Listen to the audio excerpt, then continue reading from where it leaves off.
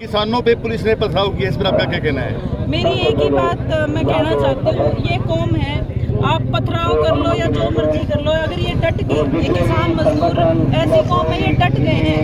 अब आपके इन सारे हथकंडों का कोई हमारे ऊपर असर नहीं होने वाला है।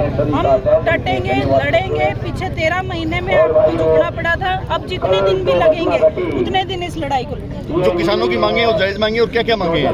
देखिए, आप सब लोग जानते हैं जो किसान मांग रहा है वो बिल्कुल पूरी तरह से जायज मांगे हैं। जो भी बातें उन्होंने कही है, चाहे MSP की बात हो या लखीमपुर खीरी के जो केसेस हुए हैं तो उसके दोषी को सजा देने की बात हो, दिन दहाड़े अगर कोई आदमी गाड़ी चढ़ा के किसी को मार दे, आपको कैसा लगेगा? अगर वो आदमी मोदी जी के या खट्टर जी के घर से होता तो उस आदमी को सजा नहीं दिलवाते क्या? क्या किसान का जो वहाँ पे किसान मरे हैं वो किसी के घर के नहीं थे क्या? वो किसी के पति थे, किसी के बेटे थे, किसी के घर के चिराग थे। तो इनको जरा दया नहीं आई है। हमारी जो भी मांगे हैं, चाहे हम कानून MSP लागू करवाने की बात कर रहे हो या सजा दिलवाने की बात कर रहे हो या बाकी जितनी भी तमाम हमारी मांगे हैं, पूरी तरह से जायज मांगे हैं। और ये चीजें कह के हम उठाए गए थे उस जगह से, दिल्ली के बॉर्डर से किसानों को, मजदूरों को ये बात कह के एक्सेप्ट करके उठाया गया था। लेकिन क्या समझे, ये मोदी और खट्टर की सरकार है, ये कहते कुछ और है, करते कुछ और। खनौरी बॉर्डर पर जी, दिल्ली के जो बॉर्डर है सभी सील कर दिए गए, एक किसानों को क्यों नहीं अंदर जाने दे रहे? वो बोलते हैं ना, जो तानाशाह होता है, जो अपने आप को बहुत बड़ा तानाशाह दिखाता है, अक्सर वो अंदर से बहुत डरा हुआ होता है। तो इस देश का जो तानाशाह है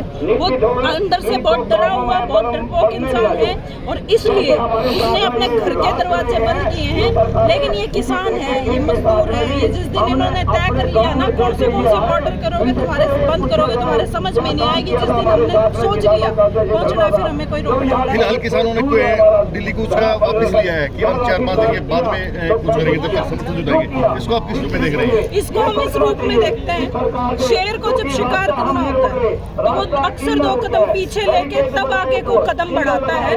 तो ये शेर के 2 कदम पीछे है। इसको मोदी जी अपनी जीत ना समझ लें, शिकार करने हम आए। सोनिया गांधी प्रशासन को क्या चेतावनी है, सरकार से क्या मांग? मेरी जो भी मांगे, मेरी इकलौती कोई मांग नहीं है, ये मेरे सारे समाज की, मेरे किसानों की, मजदूरों की, उन घरों की मांगे हैं जिन घरों से मेरे जैसे बच्चे निकले हैं, पैदा हुए हैं हम लोग। जो भी हमारी मांगे हैं पूरी जायज मांगे हैं, हमारी मांगों को पूरा किया जाए। जब यूपी का इलेक्शन आया तब आपने सारी मांगे मान के हमें उठा दिया, अब आप उन पे कानून बनाने का काम करें और जो भी हमारी मांगे हैं तो पूरी कर दो। नहीं मनवाना हमें आता है और मनवा के तो हम रहेंगे।